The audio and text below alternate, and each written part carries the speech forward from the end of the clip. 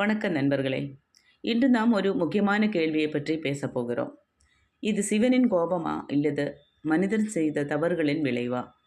நம்மை சுற்றியுள்ள பொருளாதார நெருக்கடி, இயற்கை பேரழிவுகள், சமூகத்தில் ஏற்படும் மாற்றங்கள் இவையெல்லாம் ஏன் நடக்கின்றன?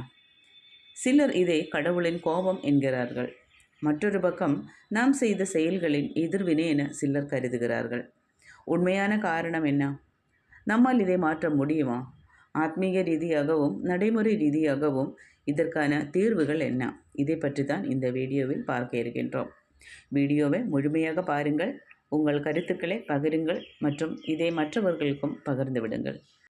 நாம் எல்லாருமே ஒரு பெரிய மாற்றத்தை கடந்து போய் கொண்டு தான் இருக்கோம்.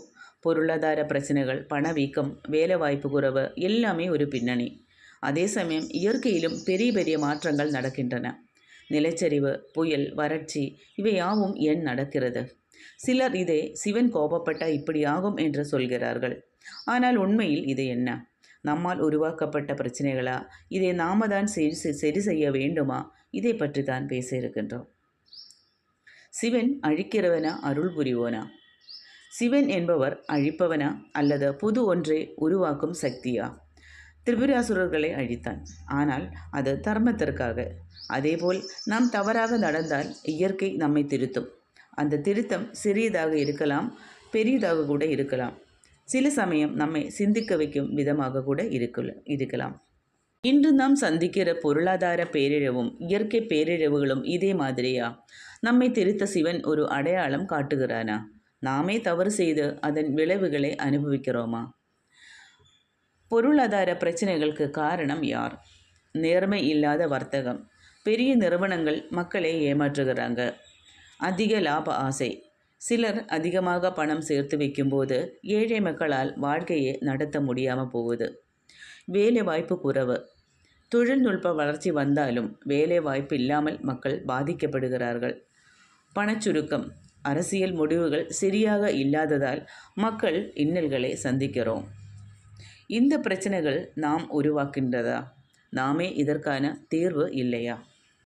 இயற்கை பேரழிவுகளுக்கு யார் காரணம்? மரங்கள் வெட்டப்படுகின்றன. இயற்கை சமநிலை குலைகிறது. நீர்நிலைகள் மாசுபடுகின்றன. குளங்கள், ஆறுகள் அழிகின்றன. காலநிலை மாற்றம். வெப்பநிலை அதிகரிக்கிறது. அதிக புயல்கள் உருவாகின்றன. மண்ணின் வளம் குறைவு. வேளாண்மை முறைகள் மாறியதால் மண்ணின் உற்பத்தி திறன் குறைந்துவிட்டது. இதுக்கெல்லாம் யார் காரணம்? நாம தானே இதற்கெல்லாம் காரணம். இந்த பேரிழிவுகளுக்கெல்லாம் ஆத்மீக ரீதியில் என்ன ஒரு தீர்வு இருக்கு? பக்தியும் பசியும் ஒன்று என்று நினைக்க வேண்டும். பக்தி என்பது கோவிலுக்கு மட்டுமில்லை, மனிதர்களுக்குள் இருக்க வேண்டியது. பசிக்கும் மக்களுக்கு உணவளிக்க வேண்டும், அன்னதானம் செய்ய வேண்டும். ஒவ்வொருவரும் மற்றவர்களுக்கு உதவி செய்தால் நம் வாழ்க்கையில் நல்ல மாற்றம் வரும் நண்பர்களே. திருநீறு, சிவநாமம், தியானம். திருநீறு அணிவது, சிவநாமம் ஜெபிப்பது நம்மை மனதளவில் அமைதியாக வைத்திருக்க உதவும். மகா மிருத்யுஞ்சய மந்திரம் ஜெபிப்பது நம்மை நெருக்கடிகளை எதிர்கொள்ள துணை நிற்கும். இயற்கையை பாதுகாக்கும் கடமை நம்மளுக்கு ஒவ்வொருத்தருக்கும் இருக்கு. மரங்களை வளர்ப்பது, நீரை சுத்தமாக வைத்திருப்பது, மண்ணின் வளத்தை பாதுகாக்க நடவடிக்கை எடுப்பது முக்கியமான விஷயங்கள். இயற்கையின் மீது நாம் பொறுப்பு கொண்டால் அது நம்மை காப்பாற்றும். தர்ம வழியில் நடந்தால் எல்லாமே சரியாகும் நண்பர்களே.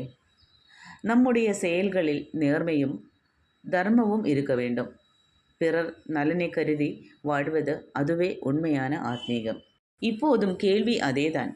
இது சிவனின் கோபமா இல்லையா? நாம் செய்த தவறுகளின் விளைவா? உண்மையில் இதை ஒரு வாய்ப்பாக பார்க்கலாம்.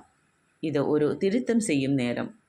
நாம் தர்ம வழியில் செல்வோம், இயற்கையை பாதுகாப்போம், நேர்மையாக இருப்போம் என்றால் சிவன் கருணை கொண்டால் பேரழிவும் பெருமையாக மாறும் நண்பர்களே. நன்றி.